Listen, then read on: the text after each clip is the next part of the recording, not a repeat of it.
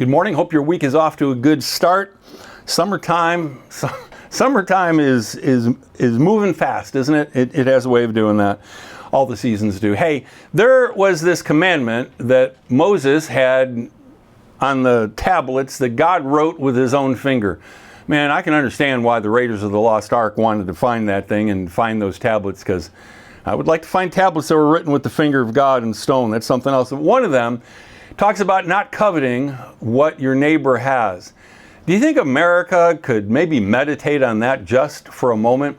We're really good at being covetous or envying what other people have. I share some thoughts that I picked up from Paul David Tripp. And here's the thing, that envy does not go along with grace. As a matter of fact, envy denies grace. The assumption of envy is that we deserve what another has been given, when in fact, you and I deserve nothing.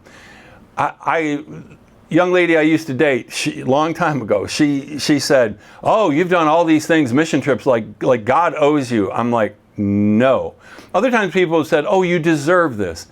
And I know they're being kind, but life is really about grace. There's nothing I've ever earned. Preached it a couple Sundays ago. God never sent me a bill when He created the universe long before I was born and put me in it. Never sent me a bill for the oxygen. Jesus never sent me a bill for going to the cross, rising from the dead. And when I get to heaven, He's not going to ask for a credit card. No, it's all free, and I don't deserve any of that. I don't. But I can start to think that I do, and that's the point he's making here.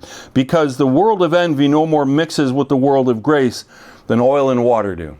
You can shake up oil and vinegar. Yeah, they'll mix for a little bit. It's one of the things, I like the vinegar, and the oil rises to the top, and I shake and shake and shake, and then I get more oil than I do vinegar.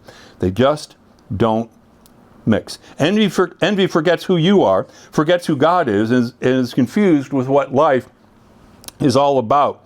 But we can look around us and we're jealous that the person that lives down the street from us, well, they've got financial success. You can tell by the car that they drive, but you don't even know if they've made their last payment on it. And we make wrong assumptions too. We wish our marriage was as happy as some friends of ours, but often we don't even know what their marriage is really like, and we might be shocked. We really might be. We wonder why we've been saddled with a job that we really don't enjoy when somebody else has a fulfilling career. I will tell you this, somebody said it to me this week. I'm one of those, I think, rare people that when my life is over, they could put it on my tombstone. I really loved doing the vast majority of the things that I did in work. I really do. I enjoy doing what I do, and in that I feel very, very blessed. But it's easy to be envious of other people. Envy is self-focused. It's all about what I get. But we live in an age of thinking that we deserve things. There's a word for it. It's called entitlement. And because we're entitled, then we're demanding. And then since we're demanding, well, we can start to judge God that, well, God, maybe you're not doing things quite the way you should be doing things. That's kind of dangerous, because he's ahead of us, folks. He is way, way ahead of us. And we start to judge God that He's not doing things right. That's real shaky ground. Envy is a spiritual disaster, an abject spiritual disaster. Grace reminds each and every one of us that we ultimately deserve nothing. We've received so much, but we didn't deserve it and we didn't earn it.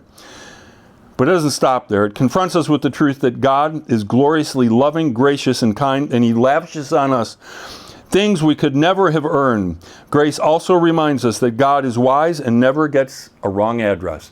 He gives everybody exactly what they need. Open your heart to receive from God what you really need. He wants to give it to you. And don't let envy take root in your heart and soul. God bless you. Be well.